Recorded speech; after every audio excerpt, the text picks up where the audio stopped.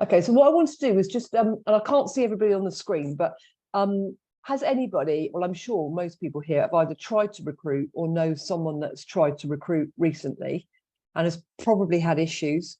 I also, maybe we could just have a chat around this at the end. Kind of wanted to know how many people are offering hybrid working and whether or not people have thought about the other benefits that you offer, because it will become clearer kind of what candidates are looking for in the current marketplace. So if you could just have those kind of 3 questions in your head for the end, that would be really useful for a discussion.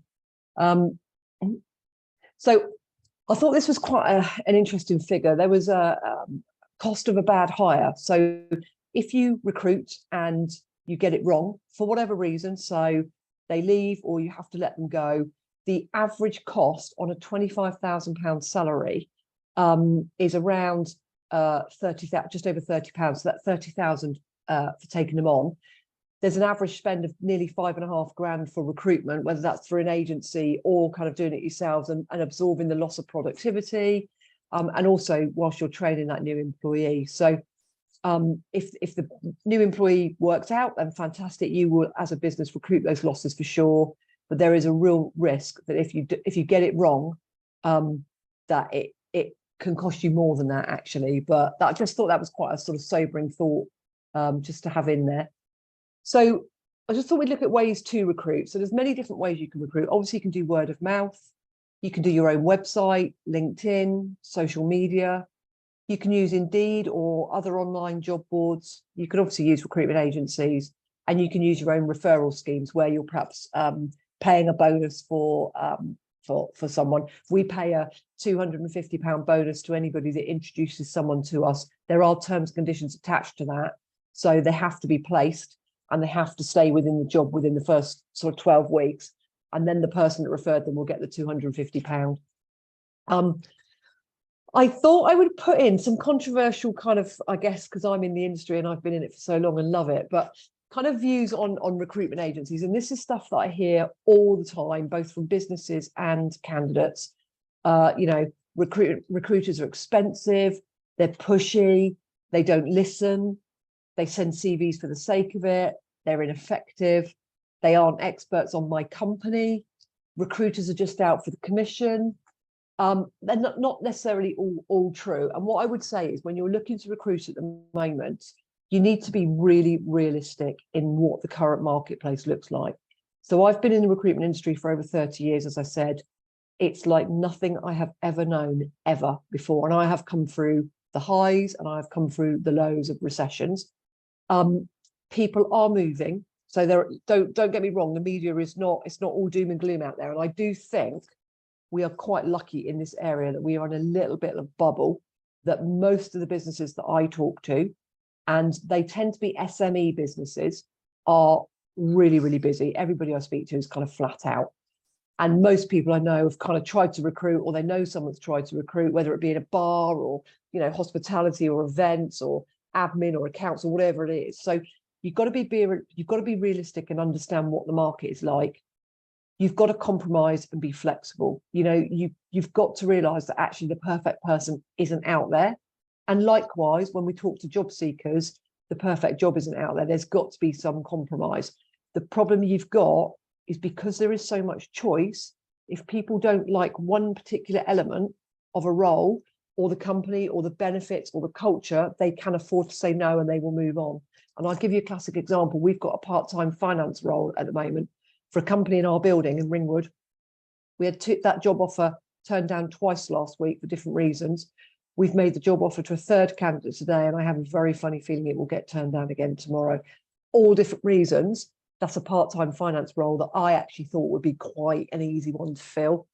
I think you need to know what you are looking for. And if you could take away one thing from this presentation today, is if you are looking to recruit, or anyone looking to recruit, you have got to move quickly. You can't be waiting 48 hours. In some instances, you can't be waiting 24 hours because people are gone. If say you're on holiday now for a fortnight, I would say leave the recruitment until you probably come back, because you're going to lose people during that fortnight. So the people are moving that quickly. As I say, you need to understand the current marketplace.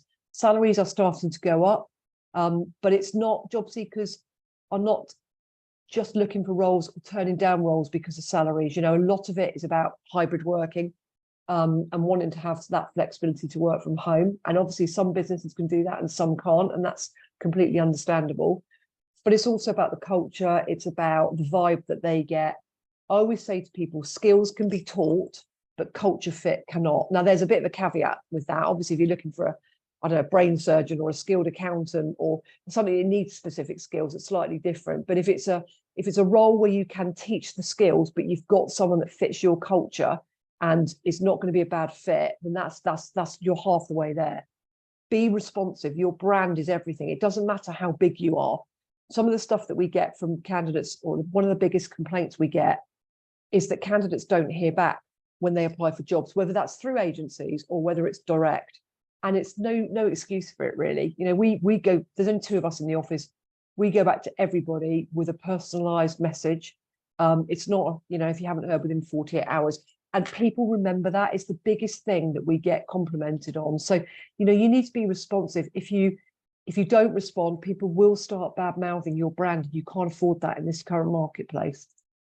I think you need to remember that you've got to sell and promote your business to the job seeker. It's not enough for someone to say, well, I've got a job here and they should be lucky to have it. Do you know what I mean? It's that those days are gone, and you need to remember that they are interviewing you as well as you interviewing them. And actually, the boot is pretty much on their foot, I guess. Make sure your job description is current and valid.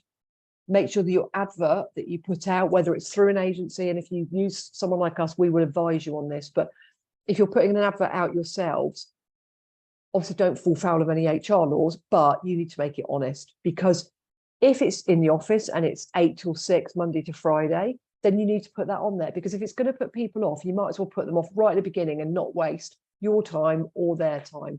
So make sure that that job description is current. As I say, consider the package that you're looking to pay. That's not, as I say, just about salary. People are very much looking at the benefits. I've got further down the slide, you know, I go and see customers now and I say, well, what benefits do you offer? And they go, well, we offer 20 days holiday. Sorry, it's not a benefit. It's a statutory right. It's like pensions. And I understand that a lot of us are small businesses. You know, you can't necessarily always offer lots, but there is a little bit of flexibility there with maybe, I don't know, giving a birthday off if it falls in the week, or, you know, 22, 23 days holiday, that kind of thing. So consider that package. And I think what you need to understand is everybody has a different motivator. So for me, if I was applying for a job, of course, some of it would be about salary, but a lot of it would be about holiday, because I love traveling. Whereas other people, that might not necessarily be such a consideration. And actually, they're looking to get a foot on the property ladder. And so salary is much more important to them. And that's the kind of be all and end all.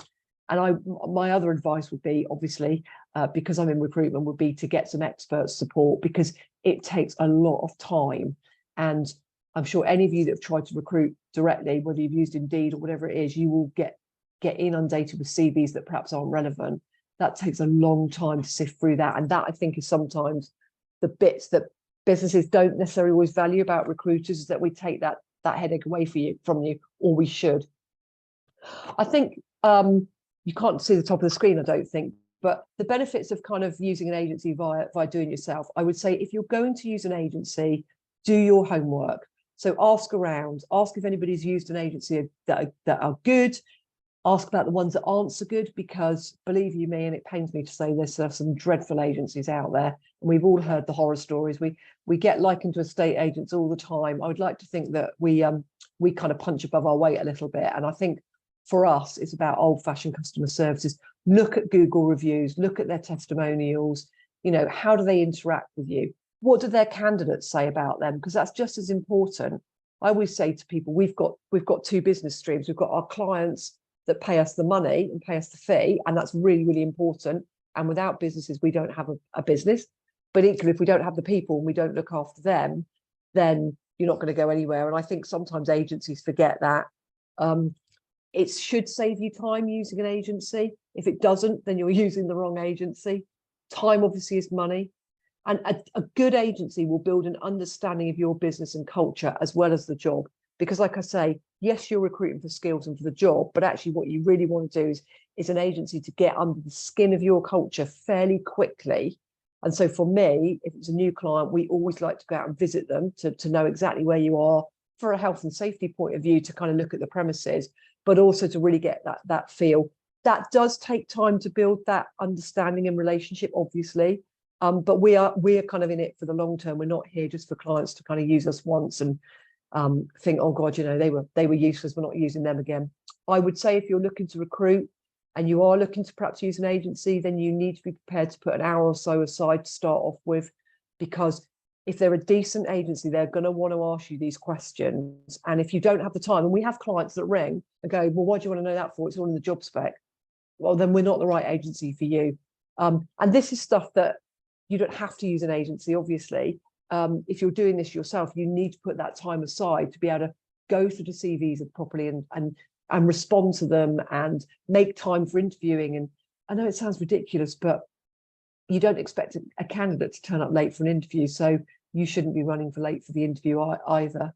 I think you should remember that agencies are experts and all they do is focus on recruitment. So I don't do marketing. I don't do the accounts. My focus is on recruiting people for businesses. And that's where my expertise is. And I think the other thing is there's real value in an agency that's local, that knows your local area, particularly down here where transport links aren't perhaps as great. You know, I'm in Ringwood, we have no train station. I know how far people will travel roughly locally for salaries. I know what the rural roads are like. You know, I quite often will have people say to me, oh, I'll travel from Southampton to Poole and it'll take me half an hour. And I'm like, no, it won't. It could take you an hour from Ringwood.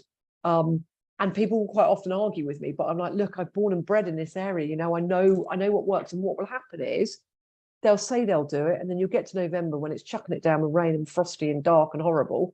And they'll be like, I'm fed up with this. I'm going to go and get a job elsewhere. So I think using an expert that knows your local area is really useful. Agencies will obviously filter and sift CVs for you. They will choose the right job boards to advertise on. So what happens with yourselves? You can do this directly, but agencies generally, most jobs now are advertised online. It's not like back in the day when you get the Echo on a Thursday afternoon and you'd kind of sit and you'd plow through and you'd kind of write off your CV or your application and apply. That's all done online now. And what you can do is you can pay to advertise your jobs directly on those job boards. We use 3 different ones ourselves that we pay for, and then candidates will apply and then you can sift those.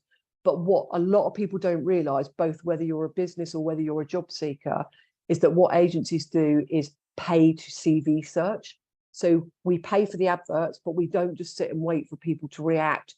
We would put in all the keywords. So if I'm looking for a marketing manager, for example, I would put in all the keywords that I think might come up on a CV around marketing, the client's postcode, how far I think people will realistically travel in miles for the salary, whether or not they need transport, that kind of thing. And then what it does, the algorithm does its thing, and it brings up hopefully a whole list of CVs. And then that's where we start spending the time kind of trawling through those, calling people. And I think, I don't know quite how it works for employers doing it directly. I know obviously you can advertise directly on the job boards. Whether or not you can pay to CV search, I'm sure you can, but I think for smaller businesses, it's probably quite cost prohibitive. One of the things you can do for free is to look for relevant Facebook group pages to advertise on. So one of the things that we do, and it does depend on the role and the level of the role, but for example, we've had a stores role on recently in Fordingbridge, and we have had great success at filling that role. I think we've put 4 people into the company because they're growing, and most of those people have come through either the Ringwood or the Fordingbridge Facebook pages. And we literally just put an advert on there and people contact us and then we respond. So you can do that for free. It doesn't take a lot of time if you're quite savvy on Facebook. I think the other thing is we have access to passive talent. And what I mean by that is people aren't necessarily always looking. We might have a CV that's a couple of years old and we just happen to reach out to them at the right time. I also pay for LinkedIn Recruiter, which gives me, which I've been using today actually for a role, which gives me access to a lot more sort of talent, and I can really filter in on keywords and locations, that kind of thing. And I think also we would have built a network.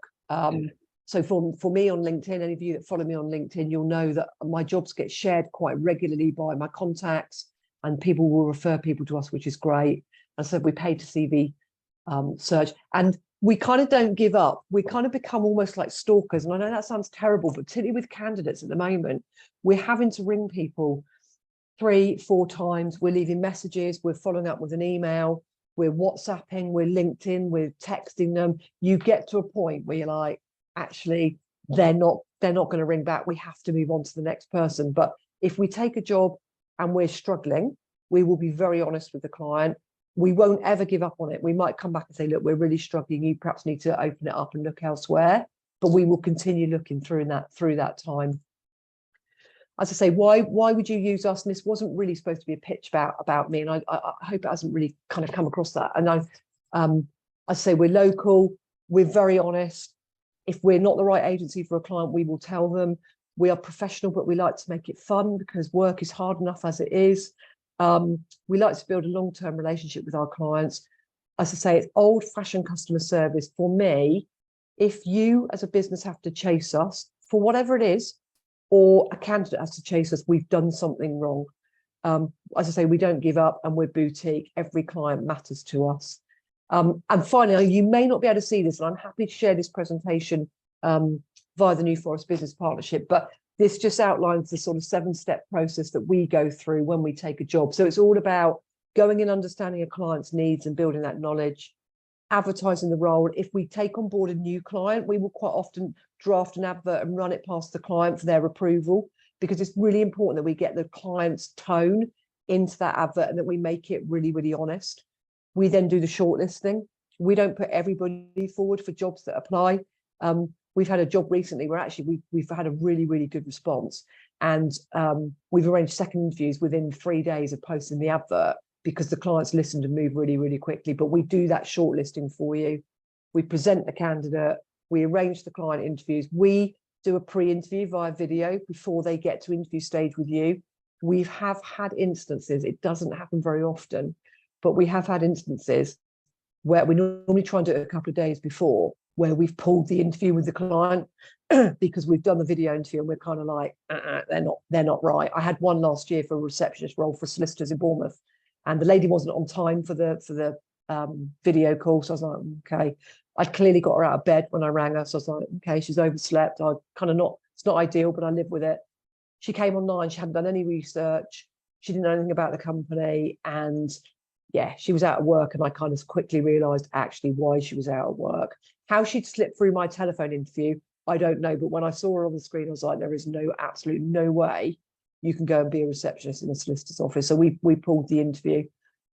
We will help to negotiate. And more importantly at the moment, and again, if you're recruiting directly, this is really, really important. If you make an offer to someone and you are fortunate enough that they accept, don't assume that they've got their month's notice, they're gonna start in a month, because believe you me, anything can happen. You need to be keeping in touch with them during their notice period.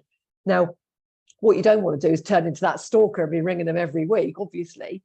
But it's those different touch points. We've got one set of clients, fairly large company in Ringwood, who now for every offer, and we get a start date for every person they induct into their company, whether it's direct through an agency, they will send a M&S bottle of champagne and some chocolates a couple of weeks before, just to say we're really looking forward to welcoming you on board. It's a really, really nice touch, and it goes down really, really well. We've got another client now who is looking to recruit a receptionist. We've got someone that we've made a job offer, but there's likely to be a delay in starting. They have suggested that they meet her for a lunch informally, just to keep in touch with her. It doesn't have to be that level of detail, but you do need to keep in touch with these people, because what happens is they forget to take their CVs off the job boards and they still get called about roles. They give their notice in and their boss accepts their notice and then suddenly realizes actually it's really hard to recruit and will go and counter offer. And counter offers are a whole other scenario with candidates, because, invariably, like I say, it's not about money. And when they do call me back, and it does happen, and say, well, I've been counter offered, I'm going to stay, we're like, well, you told me the reasons you were looking to leave were X, Y, Z, and X, Y, and Z are still going to be there in 6 months' time. Now, obviously, if they say they're going to stay, they're going to stay. We're not a high pressure agency, but you will have those issues as a business as well. And as I say, during that onboarding process, during that notice period, if it's a more senior role and a 3-month notice, you've got even greater risk at them disappearing off you. So you need to keep in touch with them. And that was kind of it, really. I'll stop the share now. It was kind of more, let's stop that. If anybody's got any questions, feel free. I will do my best to answer whatever I can. If I can't and I don't know the answer, I will do my best to come back to you. But it was a whistle-stop tour of kind of the market. What I would say is take away the positives that people are moving, and the jobs market is really, really buoyant, which is what we want. I was just saying to when we first came on the call, that you don't want it the other way, because the other way is recession, and we don't want that. So yeah, I hope that helps a little bit, really. That was really helpful. Thank you, Helen. No problem. Very interesting. It's always useful to kind of have an understanding of what the market's like. It's encouraging to hear it's buoyant. That's always a nice thing to hear. But also, as a small business, most of us are probably trying to recruit or something. Now, you'd mentioned at the beginning about 3 questions that you wanted us to think about. Yeah. I think I scribbled down 2, and I think I must have missed one. So, can you tell me what they were? Yeah, so we'll go round. maybe yeah. So who's looked to recruit or knows someone that's looked to recruit? Who offers hybrid working? And I think, do you know, I can't remember what the other one was. I think it was about what benefits do you offer? So what are you offering as a business? Because actually sometimes sharing ideas, someone will say, actually we do this, and it's like, oh, that's a really good idea, and actually it's not that cost prohibitive to do that. So they were kind of really the 3 main questions. Okay. And it was more just to kind of throw it open and say, has anybody got any comments, I guess? Shall I? I'll jump in at the beginning, because I'm actually going through this process at the moment. So and I've had 0 applicants, which is quite interesting. So I'm just, and I think my challenge is being a small firm.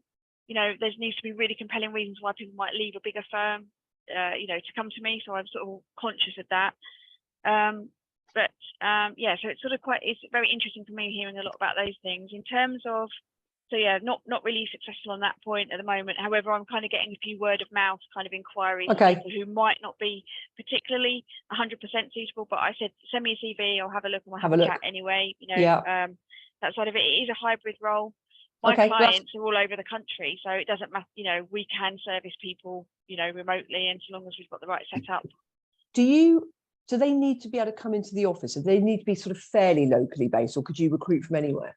I could recruit from anywhere. I'd like people to come to the office, because one of the things I enjoy about having staff is I enjoy nurturing people, and I enjoy team spirit. Actually, I think it's nice having people working together as accountants. We're sort of, we're dealing with numbers all day. It's quite nice actually if somebody else makes a cup of tea for you, or so, or you make one for them, or you have a chat about whatever, So I think, but hybrid is certainly fair. They wouldn't need to be here 9 to 5. Do you put that on your advert? Do you make it obvious that it is hybrid working? I think I put hybrid on it. Yes. Yeah. I think I did. But in terms of the benefit side of things, I do offer the day off on your birthday. And the other thing that I offer is a Netflix subscription or free cinema ticket. And the reason for that is because actually most of my clients are in the creative industries. So we look after film, we look after theatre. And actually, it's really important for people to be in the know about what products our clients might have in the marketplace, and it's just actually quite a nice thing. Again, it's just one of those things that's just quite a nice little perk to have, really.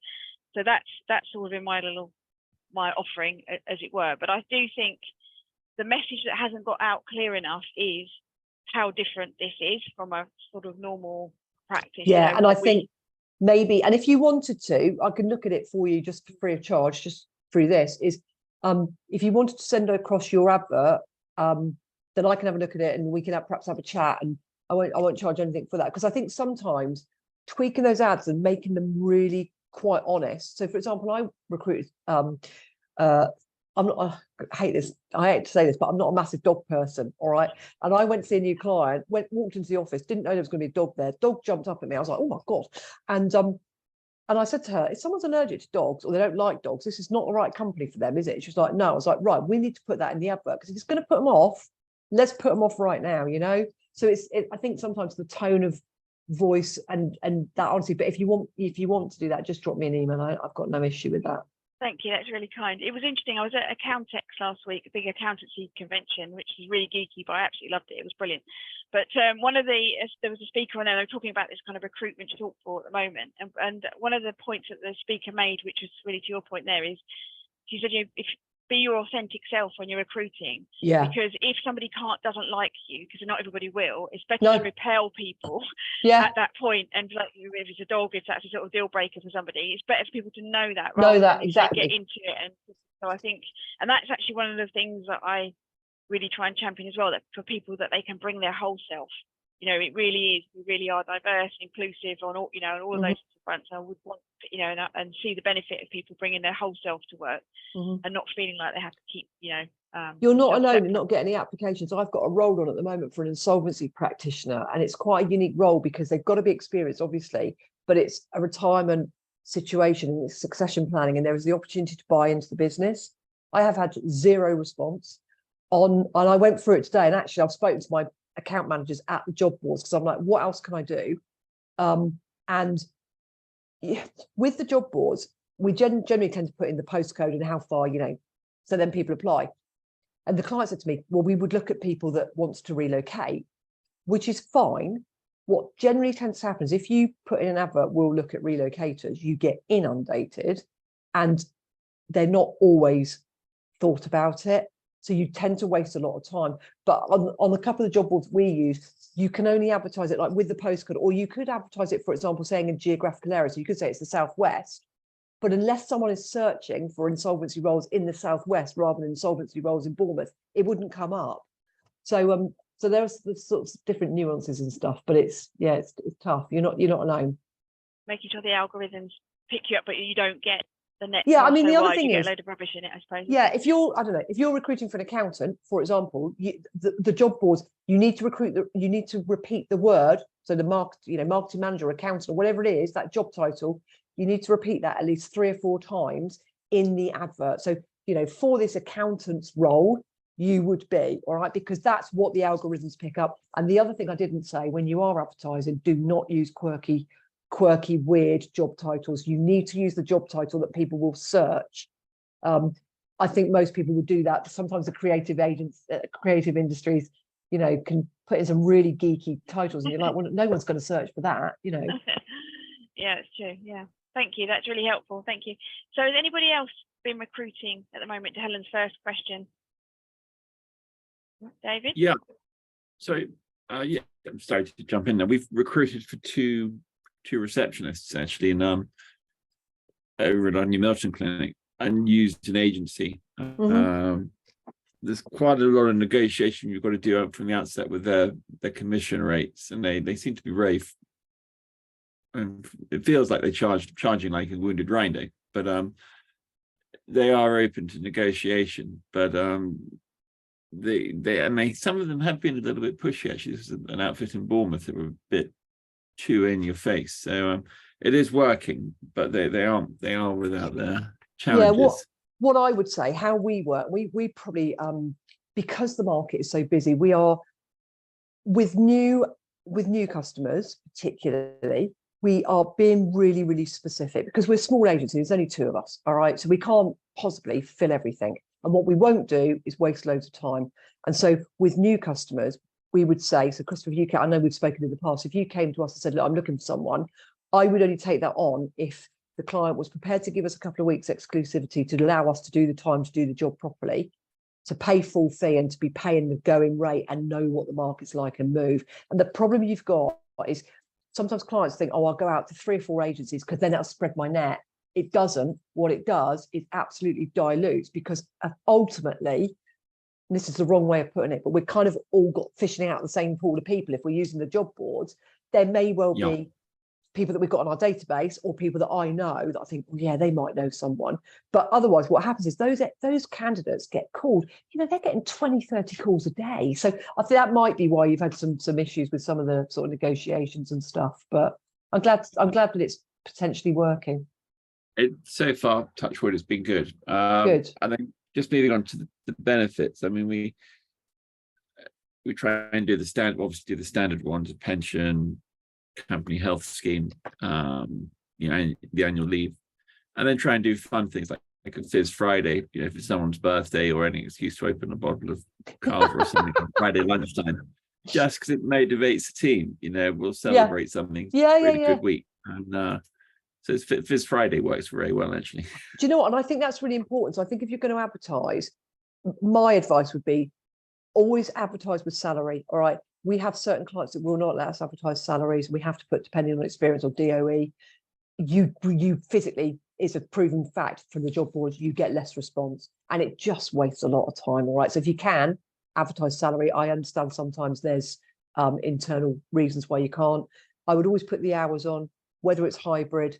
And I would always put the benefits. If you've got stuff like that, put it in there, because that will appeal to me. That would appeal to certain people. You know, we've got clients in Bournemouth. We have got candidates now physically saying to us, and they have been for pre-COVID, I will not go into Bournemouth unless there's free parking because it is so expensive. So we put it on our advert, and free parking might sound ridiculous to some people, but actually it's really important to a lot of people. I forgot, actually, I've got that on mine as well. Free Yeah. parking. Yeah, because I'll just buy them the clock, the New Forest clock, and actually then they're not just using it for work. They can use it. If you're in the New Forest and you've got a lovely, view, or you just want to sell it and say, this is where we are. You know, you can walk out into the forest and have an half an hour walk during your lunch period. You know what I mean? It's not. It's horses for courses, and different things will appeal to different people. Thank you, Chris. Absolutely. David, did you say you had some experience at the moment? Oh yes. That doesn't sound good. We've usually got several roles available. All lawyers. Are they more for this sort of, you said you accountancy, didn't you? Law. Sorry. So is that for solicitors and the more? Yes. Well, not necessarily solicitors, but lawyers, if I can put that in the more broad term, as opposed to support roles. Right. But even sometimes that can be an issue as well. And as you rightly say, I've never experienced a market like it at the current time. Very, very difficult. The answer to question 2, which I'm not going to say out loud because I can be heard. Just go like this. The answer is no, not really, because it can work for some, but it can't work for us and others on the high street, as it were. Yeah, people don't understand it. They come through a door and have certain expectations. Yeah, I think that's fine. You probably know this already. What you will do is you will reduce that pool for sure by not offering it. Well, it does happen. I mean, we've got a workforce of around 100 or thereabouts, and there is a handful of people that do. Yeah. But it's not something we would particularly go out of our way to, because it doesn't suit the business model. No, I get that. But where we do score, I think, quite highly is in relation to our benefits, because they are significant. There's free parking at all the offices, which we've referenced. We offer a Simply Health package free of charge. Great. Yeah. Death in service. Yeah. Minimum of 25 days plus birthday. Brilliant. Bank holidays and all that kind of thing. And probably the biggest attraction, certainly for lawyers, is the fact that we have a bonus scheme that is particularly unusual, because most bonus schemes usually pay out perhaps half yearly, annually, or even quarterly if you're lucky. Ours pays out monthly. Okay. And if you can exceed your target by 135%, well, you do 135% of your targets, you're only going to be 35% over, then you can earn £1,000 extra per month. Wow. That's £12,000. Yeah, it's a lot of money. That's a lot of money. Yeah, exactly. Bolt that on, and that's significant. A lot of people have had their eyes turned by that, shall we say? We also offer another small bonus, but they all add up. We engage with Trustpilot and things like that. Okay. So we will actually pay a small bonus to everybody if they achieve a 5-star review. Right, brilliant. All of that kind of stuff, but we still struggle. No, I know. And I think the thing is as well, when you're looking at particularly skilled, so accountancy and lawyers particularly, it's a really, really tough market because there is so much competition. We would probably be the wrong agency. But what I would say is there are specialist agencies around that just purely deal with that. But yeah, there is no, let me wave a magic wand and it's going to sort it all. Business your size, I guess you must have do you have an internal recruiter or an HR team? Because that LinkedIn headhunting, I've been doing quite a lot on that today in terms of, just Googling and seeing who's out there and just making a connection request with them. And, look, I always say, forgive the email, but I've got this role. Are you or anybody you know looking? We pay a referral bonus of 250 quid. Some of them ignore it. Some of them come back. Someone came back to me straight away this morning on the insolvency role and said, actually, do you know this person? I was like, no, but thank you very much. I should go and contact him. He's come back to me and said, I might know some people. You just don't know who people know. So that's always quite a good route if you're struggling with the more skilled stuff. Yeah, we do use that as a way forward as well. One thing which you can help me. I mean, we're slightly digressing here. If we've got a little bit of time, yes. Is it possible to respond in any way to reviews left for you by disgruntled former employees on Indeed? Because as far as I can see, they don't. I don't know. We don't actually use Indeed. So the 3 job boards we use are CV Library, Read and Total Jobs. And the only reason we don't use Indeed is because of the way they charge agencies. So it's almost like a pay-per-click campaign with agencies. Yeah. So I don't want to be paying for people that are applying for jobs just willy-nilly, and do you know what I mean? They're completely not of any reference to me. So I don't know the answer to that. There must be some right of reply, I guess, but I don't know how you would go about it. I'm hanged if I can find it. Right. And furthermore, of course, they're all anonymous, all these postings, and they're always, former people, and they've always got an axe to grind, and they're just blatantly untrue. The trouble is, there aren't many there, but they stick, don't they? They're very negative. Yeah. Yeah. And they it's like TripAdvisor, isn't it? Yes. Sorry, which were the job boards you used again? You said? So we use CV Library. CV. Yeah. Yeah. Read and Total Jobs. So I would say those 3 and Indeed are kind of there's hundreds of different job boards in the UK. All right. Yes. They are probably the 4 most prolific. All right. Probably in order. For Indeed is probably the biggest, and then I would say CV Library, Total Jobs and Read probably comes in 4th in terms of where we place people from. People quite often say to me, what about Monster? And I'm like, my God, I used to use those 10, 11 years ago. Don't even hear about them anymore. But there are also specialist job boards for your profession. Now, you would be able to pay to advertise a job on those. It would probably be quite chunky, but it'd probably be cheaper than an agency. And the other thing that we don't tend to do is I don't know quite how it works for businesses, because LinkedIn loves recruiters and they can make so much money out of us. So they don't let us do very much for free. But we don't post jobs on LinkedIn as a job per se, because again, we get loads of people that apply that are out of the country, and it's just a complete and utter waste of our credits. So it tends to go on my individual page and our company page. But I think for businesses, it is slightly different. But you will get a lot of remote people, and it's but sometimes it's just about going through them and weeding them out. But yeah, that answer to you Indeed question, I don't know the answer. I'm sorry, I can't help that. Okay, no, that's fine. I'll persevere. Jessica. Thank you, Helen. No worries. Thank you. Can I ask a question? Of course you can. We're recruiting, and we're getting 0 people apply because we need very specific experience from people. So we advertise for customer service roles, but we need somebody who's worked in a retail opticians as an optical assistant for a year or more. So recruiters don't really like us. They find that very difficult to fill. I mean, it's pretty specific. There's obviously a reason why you need that. Yes. Yeah. I'm happy to talk to you offline if you want to kind of link in with me or whatever. But I mean, my advice generally, and this is a general advice, is you've got a pool of people. So if you imagine you've got a pool of people like this, okay, the more specific you make it, that pool shrinks. Yeah. And then you go, right, it's not hybrid, that pool shrinks. And then we're offering 20 days holiday, but actually out of that, you've got to take a 3-day Christmas shutdown, or you've got 17 days. Well, who's going to do that? So you'll then said something like that, although you have probably very valid reasons for it, the pool that you are searching from is so small. Yeah. Yeah. I wouldn't say that recruiters don't like you, but it would be a challenge. Let's put it that way. People are out there, and actually what they should be doing, and I'd have to look at it, but on the job boards, we can, again, on the alerts and stuff we set up, we can put in certain industries. So for example, if we wanted an accountant and they had to have worked in practice, we can put that in and it narrows it down. So I've adverts on Indeed where we do that, where we say you have to have optical experience. Quite a lot of people actually tick that and say, I've got 3 years. And when you look at their CV, nothing on that. We have that. We have a lot of jobs, obviously where it's rural, where they've got to drive because you can't physically get there.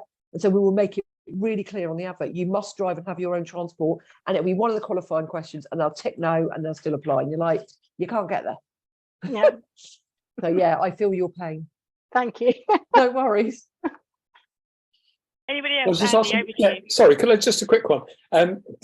We don't have needs ourselves, but I was No. speaking to somebody, they're not in the forest, otherwise I'd put them in touch.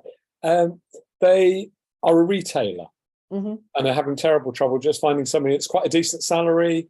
Their expectations are relatively low. They just want a nice person that's going to work in the shop. And they're struggling. Do you know whereabouts are they based? Godalming in Surrey. Okay. Yeah, okay. I mean, look, we do go further afield. It's just the core business, just because of my contacts is locally. So if someone did want to recruit further afield, we can help.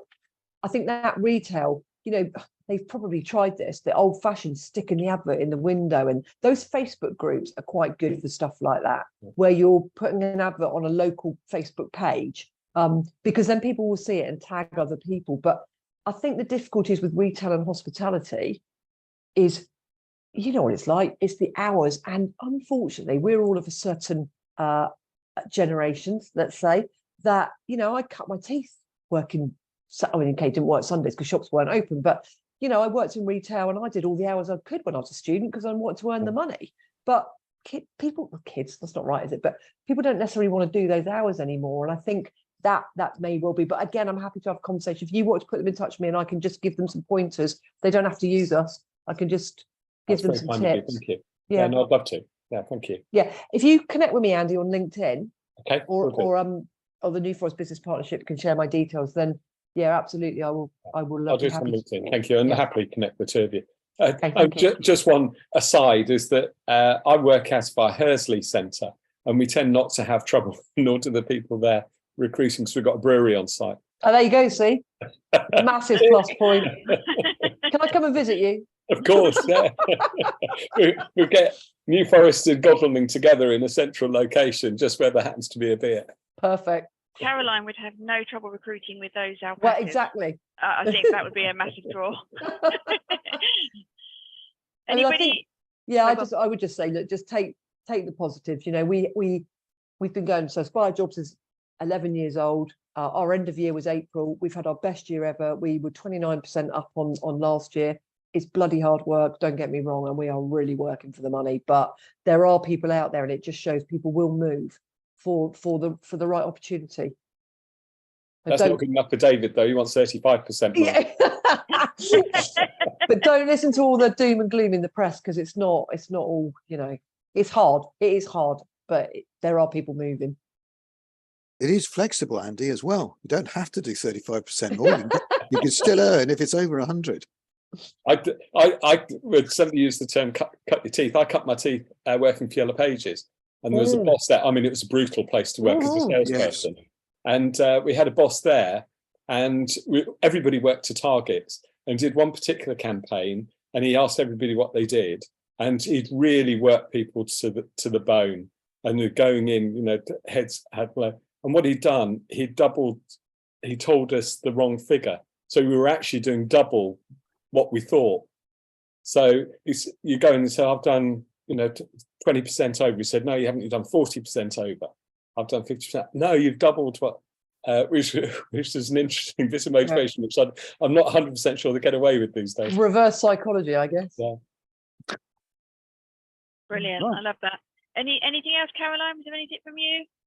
Well, I tend to get people on the other end who are too quick to moan about the jobs available, and there aren't any. You get all this doom and gloom. And I have said before now, how many jobs do you want? And they said, well, I want one. I said, well, go and get one. Don't worry that everybody says there's not many jobs. You just want one job.